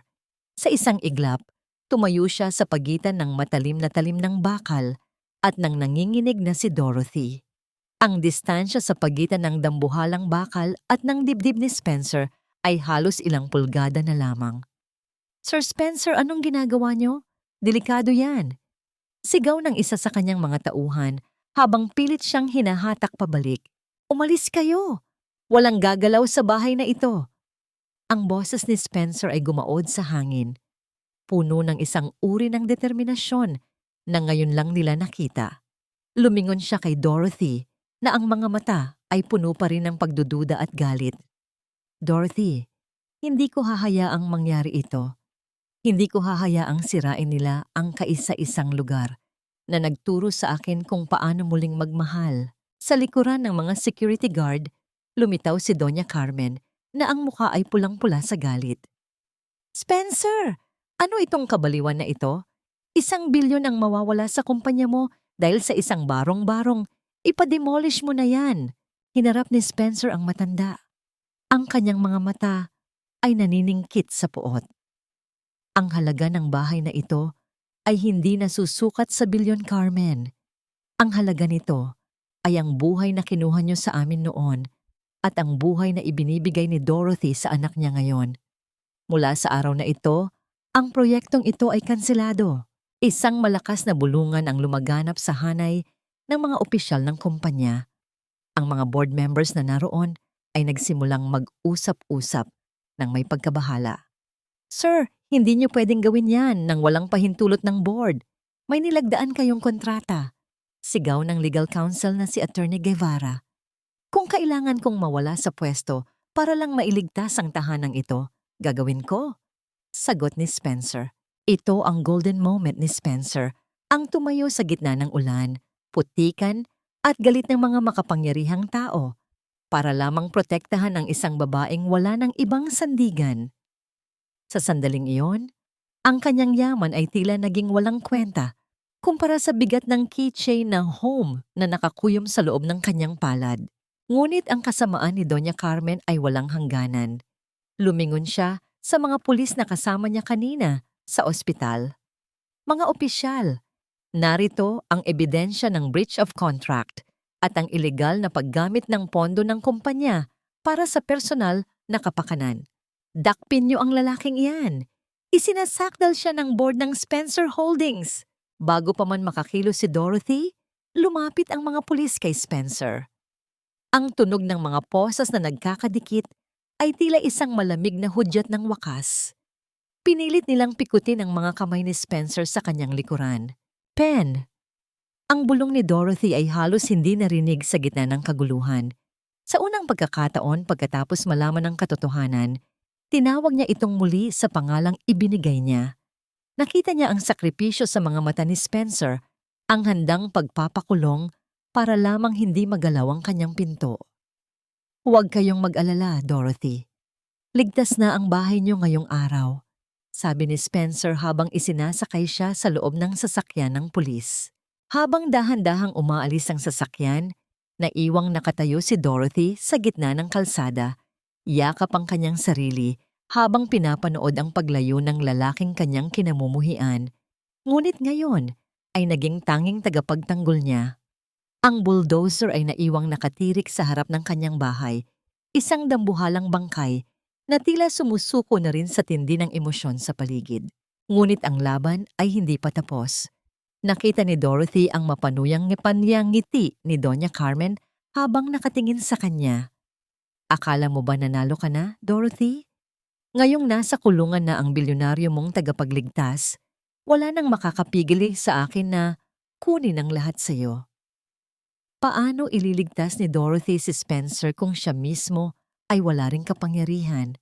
At anong sikreto ang matatagpuan ni Dorothy sa loob ng lumang dokumento ni Danilo na maaaring magpabagsak kay Doña Carmen ng tuluyan?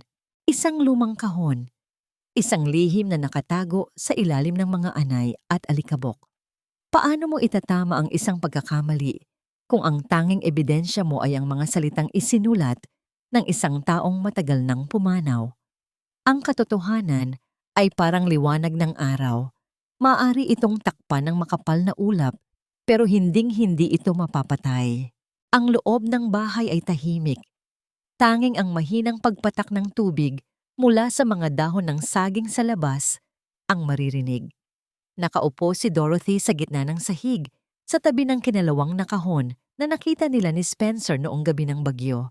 Ang bawat sulok ng silid ay tila nagpapaalala sa kanya kay Pen. Ang paraan ng kanyang pag-upo, ang kanyang tawa habang kalaro si Makmak, at ang kanyang matapang na pagtayo sa harap ng bulldozer. Kailangan kitang iligtas, si Spencer, dahil iniligtas mo kami, bulong ni Dorothy sa hangin. Dahan-dahan niyang sinuring muli ang nilalaman ng kahon. Sa ilalim ng kupas na tela, napansin niya ang isang bahagi ng kahoy na tila umaangat. Gamit ang isang maliit na kutsilyo, maingat niyang binaklas ang nakatagong layer ng kahon. Doon, nakatago ang isang asul na folder na may tatak ng Danilo's Hardware at Construction. Nanginginig ang mga kamay ni Dorothy habang binabasa ang mga dokumento. Ito ang mga huling ulat ng negosyo ng kanyang yumaong asawa. Sa bawat pahina, nakikita niya ang pirma ni Doña Carmen, mga transaksyong nagpapatunay na ang matanda ang kumuha na luha ng lahat ng insurance money ni Danilo at ang pondo para sa mga manggagawa. Hindi ninakaw ni Dorothy ang pera. Sa halip, si Carmen ang nagnakaw sa sarili niyang anak at ipinasa ang sisi sa manugang. Diyos ko! Lahat ng ito ay nakaplano. Sambit ni Dorothy, ang kanyang mga luha ay pumatak sa dokumentong nagpapatunay ng kanyang kawalang sala. Kinabukasan, bitbit ang folder, nagtungo si Dorothy sa presinto. Sa likod ng mga rehas na bakal, nakita niya si Spencer. Wala na ang kanyang mamahaling suit. Suot na niya ang orange na damit ng bilanggo. Pero ang kanyang mga mata ay nagniningning pa rin nang makita ang babaeng kanyang minamahal. Bakit ka narito, Dorothy? Delikado para sa iyo ang madamay sa gulong ito. Sabi ni Spencer. Ang kanyang boses ay nanginginig sa pagitan ng lungkot at saya. Hindi ako papayag na mabulok ka rito dahil sa pagtatanggol sa amin. Sagot ni Dorothy. Inilapit niya ang kanyang kamay sa rehas at sa unang pagkakataon, siya ang humawak sa kamay ni Spencer. Nahanap ko na ang paraan para mapatunayan na si Doña Carmen ang tunay na kriminal. Hindi ka mawawala sa pwesto mo, Spencer. Ibabalik natin ang lahat. Ito ang golden moment ni Dorothy. Ang pagkakataong siya naman ang maging kapa ng kaligtasan para sa lalaking nagbigay sa kanya ng pag-asa. Ang hawak nila sa isa't isa sa gitna ng malamig na rehas ay tila isang sumpa na walang yaman o kapangyarihan ang makakabali. Ngunit ang katahimikan sa loob ng presinto ay binuwag ng pagdating ni Doña Carmen kasama ang kanyang mga abogado. Ano itong drama na ito?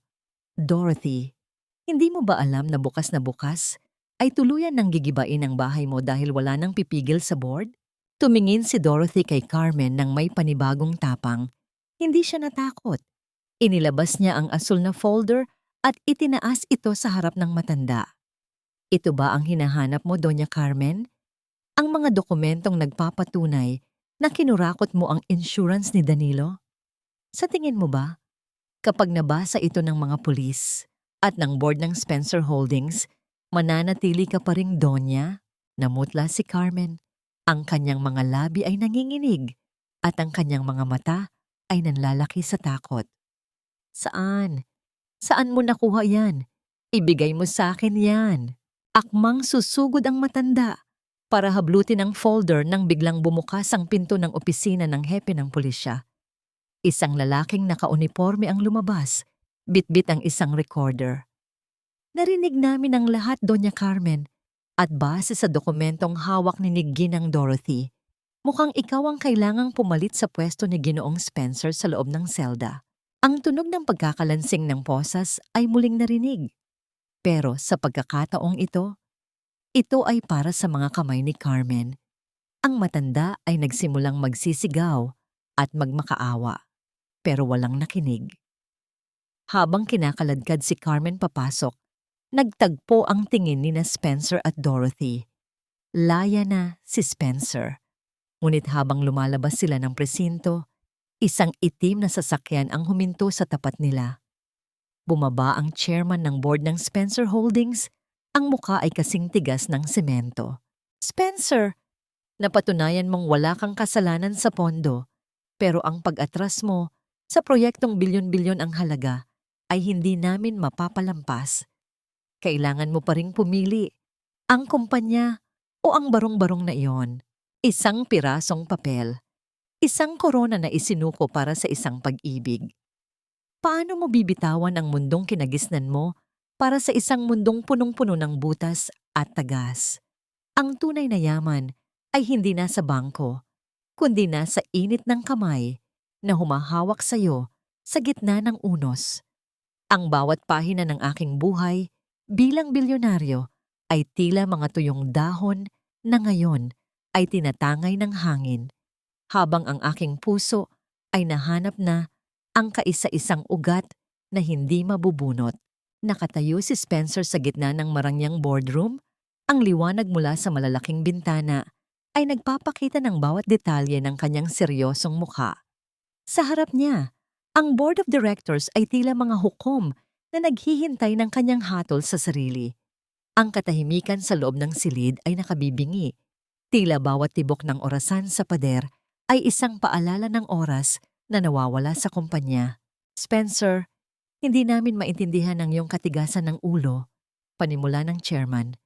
Ang kanyang boses ay tila isang malamig na hangin. Ang Barangay Pag-asa ay isang piraso lamang ng lupa. Ang kumpanyang ito ay ang iyong legasya. Huwag mong itapon ang lahat para sa isang babae at isang gumigibang bahay. Dahan-dahang kinuha ni Spencer ang kanyang gold nameplate mula sa mesa. Hinawakan niya ito ng mahigpit. Naramdaman ang lamig ng metal na simbolo ng kanyang kapangyarihan.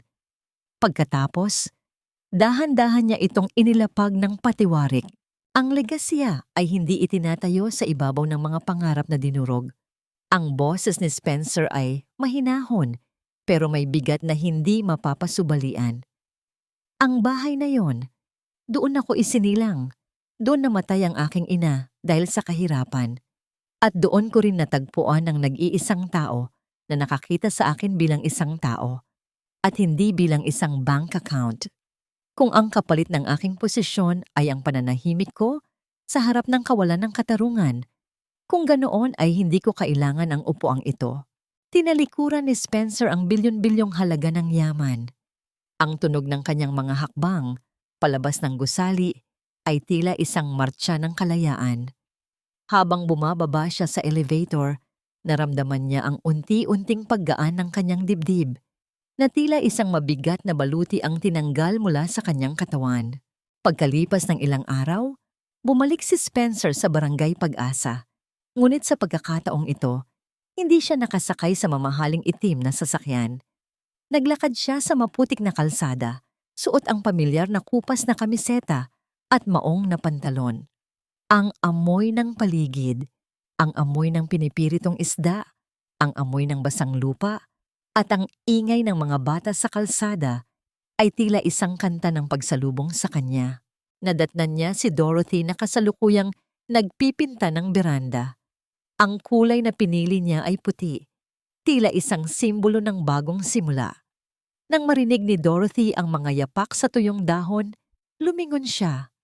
Ang kanyang mga mata ay nanatiling maingat, ngunit may isang uri ng lambot na hindi na niya maitago. "Wala ka na sa kumpanya mo, hindi ba?" tanong ni Dorothy habang ibinababa ang kanyang brush. "Wala na." Muling lumapit si Spencer. Kinuha niya ang isa pang brush at dahan-dahang isinawsaw sa pintura. "Ngayon, wala na akong kahit ano, Dorothy. Ako na lang si Pen, isang karpinterong naghahanap ng trabaho. Pwede pa ba akong tumulong sa pag-aayos ng bahay na ito?" Isang maliit na ngiti ang sumilay sa mga labi ni Dorothy, ang unang tunay na ngiti pagkatapos ng lahat ng unos. "Wala kaming pambayad sa iyo, Pen. Ang tanging maibibigay ko lang ay ang lugaw na may asin at ang pasasalamat ni Makmak. Iyon lang ang kailangan ko," sagot ni Spencer. Nagsimula silang magtrabaho ng magkatabi. Ang ritmo ng kanilang pagkilos ay tila isang sayaw ng pagpapatawad. Sa bawat hagod ng pintura sa luma at sugatang kahoy, tila binubura nila ang bawat pait at bawat lihim na namagitan sa kanila. Ang init ng araw sa kanilang mga likuran ay tila isang basbas. Ito ang golden moment ni Spencer at Dorothy, nang magtagpo ang kanilang mga kamay habang parehong pilit na inaabot ang isang mataas na bahagi ng pader. Hindi sila nagbitaw. Ang haplos ng kanilang mga balat, na parehong may bahid ng puting pintura, ay tila isang pangakong mas matibay pa sa semento. Ang katahimikan sa pagitan nila ay puno ng mga salitang hindi na kailangang sabihin pa. Habang nagpapahinga sila sa ilalim ng puno ng mangga, isang motorsiklo ang huminto sa tapat ng kanilang gate. Isang lalaking nakauniforme ng gobyerno ang bumaba at may dalang isang selyadong sobre. "Magandang hapon po. Para kay Ginang Dorothy at Ginoong Spencer Montgomery," sabi ng kargador. Kinuha ni Dorothy ang sulat ng may kaba. Ang kanyang puso ay mabilis na tumitibok. Natatakot na baka ito ay isa na namang abiso ng kamatayan para sa kanilang tahanan.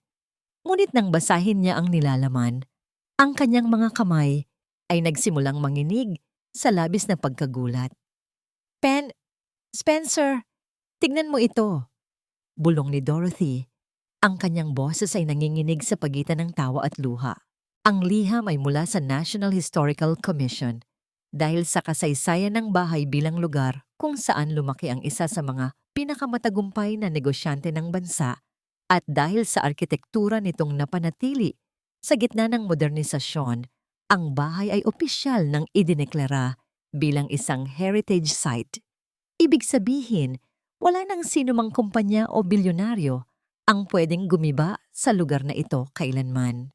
Napatitig si Spencer sa dokumento. Alam niyang ito ang huling regalong iniwan niya bago siya tuluyang bumaba sa pwesto. Ang gamitin ng kanyang natitirang impluensya upang gawing legal na kuta ang kanilang tahanan. Ligtas na sila. Ang bahay ay hindi na lamang isang barong-barong. Ito ay isa ng bantayog ng kanilang pag-ibig at sakripisyo. Ngunit habang tinitignan ni Spencer ang kalsada, nakita niya ang isang pamilyar na anino na nagmamasid mula sa malayo. Isang taong hindi pa tapos ang galit at tila may huling alas na itinatago. Sino ang taong ito na nais pang sirain ang kapayapaang kakaabot pa lamang nila? At sapat ba ang pagiging heritage site para maprotektahan sila sa isang panganib na hindi gumagamit ng bulldozer, kundi ng isang lihim na maaring magwasak sa pagkatao ni Dorothy? Isang bagong umaga, isang hiningang hindi na kinakapos sa gitna ng pangamba. Ang bawat haligi ng bahay na ito ay hindi na lamang saksi sa aming paghihikahos, kundi naging pundasyon ng isang pag-ibig na hindi kayang tibagin ng anumang unos. Ang katahimikan ng gabi ay hindi na nakakatakot dahil alam kong may mga kamay nang handang humawak sa akin sa bawat pagpikit ng aking mga mata. Ang bakuran ng Barangay Pag-asa ay tila nabuhay sa gitna ng tawanan at amoy ng masarap na pagkain. Isang maliit na salo-salo ang inihanda ni Dorothy, hindi marangya. pero puno ng pagmamahal. Ang mga kapitbahay na dati ay tila mga tinik sa kanyang lalamunan dahil sa kanilang mga bulong. Ngayon ay sila pang nagdala ng pansit at adobo upang ipagdiwang ang pagkakaligtas ng kanilang komunidad. Ang dating tensyon ay napalitan ng bayanihan, ang tunay na diwa ng kanilang pagkatao. Nakatayo si Spencer sa ilalim ng puno ng mangga, pinagmamasdan ang bawat detalye ng simpleng kaligayahan. Wala na ang kanyang suot na mamahaling relos, wala na ang kanyang telepono na walang tigil sa pagtunog. Ang tanging nararamdaman niya ay ang init ng sikat ng araw at ang kapayapaang matagal na niyang ipinagkait sa kanyang sarili. Kuya Ben, tingnan niyo po ang ginawa ko! Sigaw ni Makmak habang tumatakbo patungo sa kanya. Ang bata ay mukhang masigla na. Ang kanyang mga pisngi ay may kulay na at hindi na humihingal sa bawat paggalaw. Binuhat ni Spencer ang bata. Ang gaan nito ay tila isang paalala ng bawat sakripisyong pinagdaanan nila. Ang galing mo naman, Makmak. Gusto mo bang turuan kita kung paano mag-ukit sa kahoy? Opo, Tatay Pen. Ang sagot ng bata ay tila isang malakas na kulog na bumasag sa katahimikan ng puso ni Spencer. Napatigil ang lahat, maging si Dorothy, na kasalukuyang naglalagay ng mga pinggan sa mesa, ay napatitig sa dalawa. Ang salitang tatay ay lumabas mula sa bibig ni Makmak nang ganoon na lamang kadali. Tila ba matagal na itong nakatago at ngayon lang nahanap ang daan palabas. Ito ang golden moment ni Spencer, ang marinig ang salitang matagal na niyang kinatatakutan pero pinapangarap din. Ang kanyang mga mata ay naningkit sa pinipigil na luha at mahigpit niyang niyakap ang bata. Sige anak, tuturuan ka ni tatay. Nang sumapit ang gabi, nang ang mga kapitbahay ay nakauwi na, at ang tanging maririnig na lamang ay ang mahinang ritmo ng mga kuliglig. Dinala ni Spencer si Dorothy sa dulo ng beranda. Doon sa lugar kung saan sila unang nagkasama sa ilalim ng ulan, kung saan ang bawat patak ng tubig ay tila naging tinta ng kanilang kwento. Dorothy, panimula ni Spencer, ang kanyang boses ay tila isang malambot na haplos sa gitna ng katahimikan. Marami akong pagkakamali. Marami akong lihim na naging dahilan ng iyong pagluha. Pero sa loob ng bahay na ito, nahanap ko ang isang bagay na hindi kayang ibigay ng lahat ng yaman ko sa Makati. Dahan-dahang lumuhod si Spencer sa harap ni Dorothy.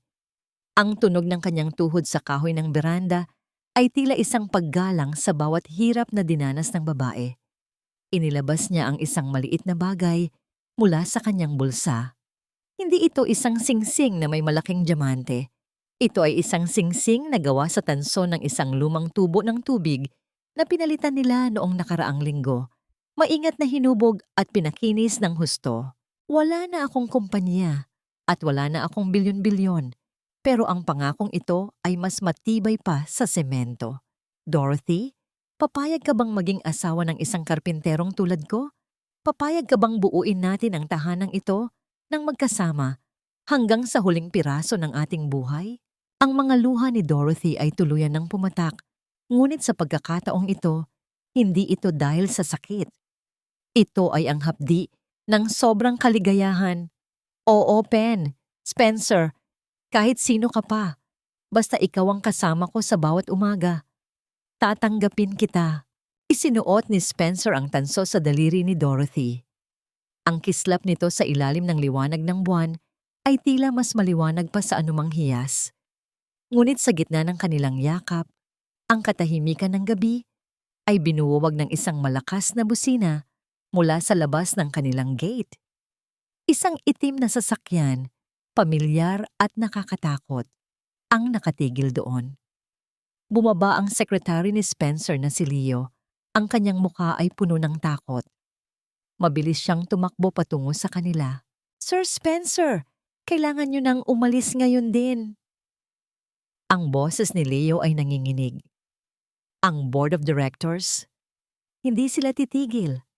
Nalaman nilang ginamit niyo ang pondo ng kumpanya para ideklarang heritage site ang lugar na ito. Naghain sila ng kasong plunder laban sa inyo at ang mga pulis. Nasa kanto na sila para arestuhin kayo muli. Pero hindi lang yan ang problema. Ano pa?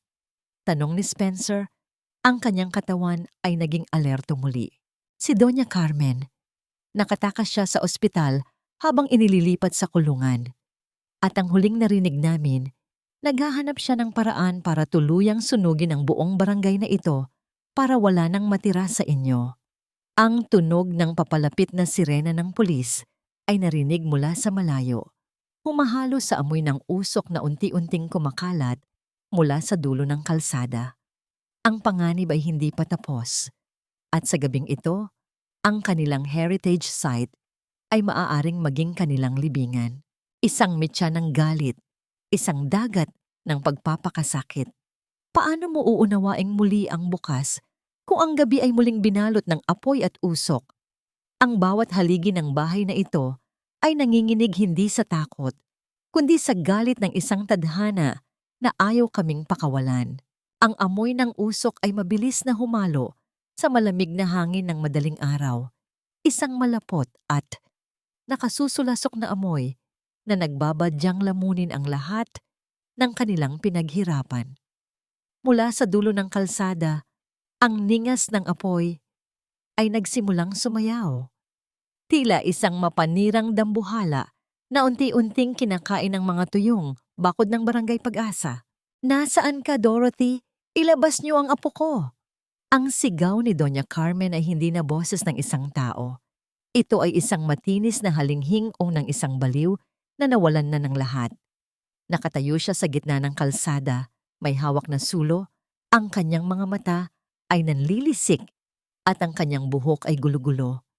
Ang galit niya ay hindi na tungkol sa pera. Ito ay tungkol sa paghihiganti sa isang mundong tumalikod sa kanyang kapangyarihan. Carmen, tumigil ka na! Sigaw ni Spencer habang mabilis na humaharang sa harap ng kanilang gate. Ang kanyang katawan ay tila isang pader na bakal. Protektado si Dorothy at si Makmak na nakakubli sa likod ng pinto. Wala ka nang makukuha rito. Ang apoy na yan ang tatapos sa'yo, hindi sa amin. Kung hindi mapupunta sa akin ang lupang ito, wala ring makikinabang.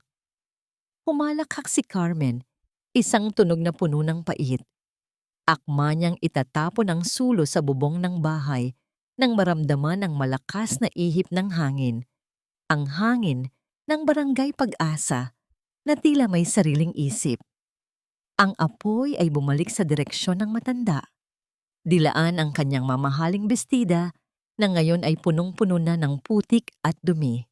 Sa sandaling iyon, ang tunog ng papalapit na mga sasakyan ay naging mas malinaw. Hindi lamang mga sirena ng pulis, kundi ang mga ilaw ng bumbero na mabilis na kumilos upang sugpuin ang sunog sa kanto.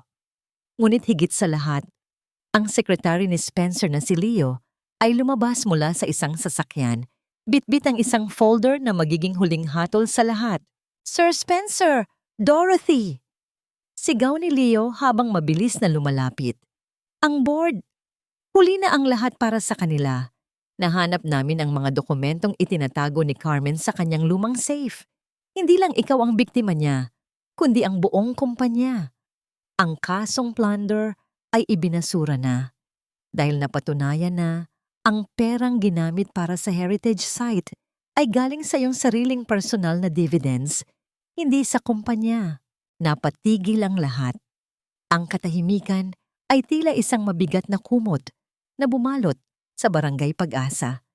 Ang mga pulis na akmang aaresto kay Spencer ay dahan-dahang ibinaba ang kanilang mga kamay. Sa halip, ang mga posas ay dinala patungo sa nanginginig at umiiyak na si Doña Carmen. Ang matanda ay tuluyan ng bumagsak sa putikan. Ang kanyang korona ng kasamaan ay tuluyan ng nadurog. Ito ang golden moment ng katarungan. Nang makita ni Dorothy na ang bawat patak ng kanyang luha at bawat hapdi ng sampal ay dahan-dahang binabayaran ng katotohanan. Lumapit siya kay Spencer at sa harap ng lahat ng tao, ng mga pulis, ng mga bumbero at ng mga kapitbahay. Mahigpit niya itong niyakap. Laya na tayo, Spencer. Laya na tayo. Bulong ni Dorothy. Ang kanyang mga hikbi ay puno na ng ginhawa. Lumipas ang ilang buwanin ng buwan. Ang Barangay Pag-asa ay hindi na ang lugar ng mga dukha at inaapi. Dahil sa proyektong heritage site at ang pakikipagtulungan ni Spencer sa lokal na pamahalaan, ang komunidad ay naging isang modelo ng kaunlaran na may puso. Ang mga bahay ay inayos, ang mga kalsada ay nilinis, pero ang bawat puno at bawat ukit sa kahoy ay nanatili. Sa ilalim ng malaking puno ng mangga sa bakuran ng kanilang bahay, isang simpleng kasalan ang nagaganap. Walang engrandeng dekorasyon, tanging mga bulaklak ng gumamela at mga telang puti na isinabit sa mga sanga.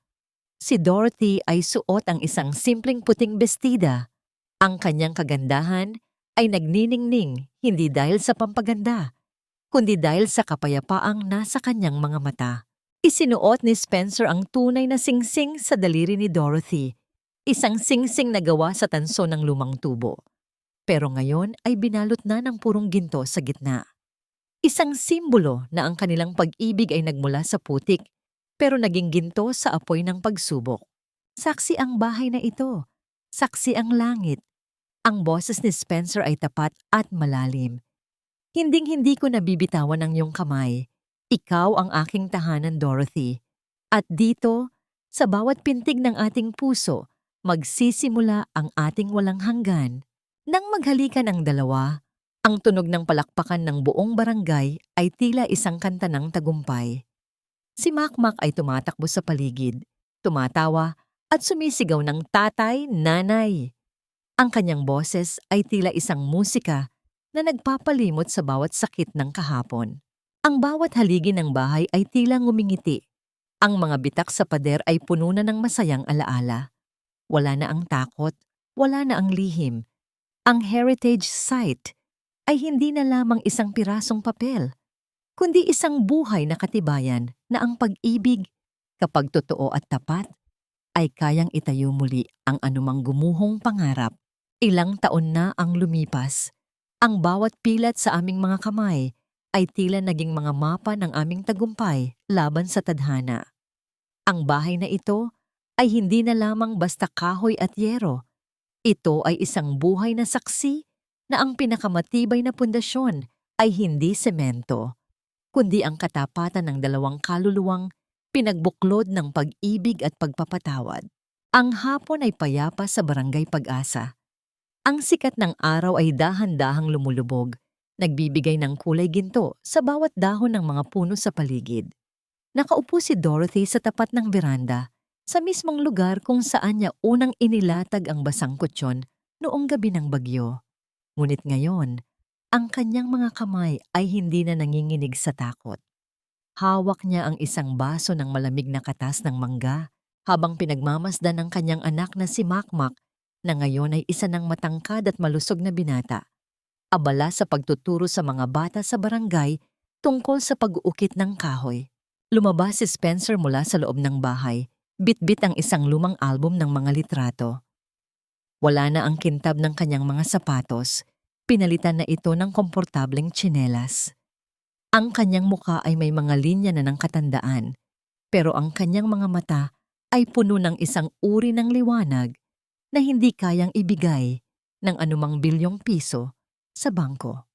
Umupo siya sa tabi ni Dorothy at dahan-dahang inakay ang kanyang asawa. Naisip mo ba, Dorothy, na dito tayo hahantong? Bulong ni Spencer, ang kanyang boses ay puno ng paghanga sa buhay na kanilang binuo. Mula sa isang kasinungalingan, nahanap natin ang pinakamalaking katotohanan.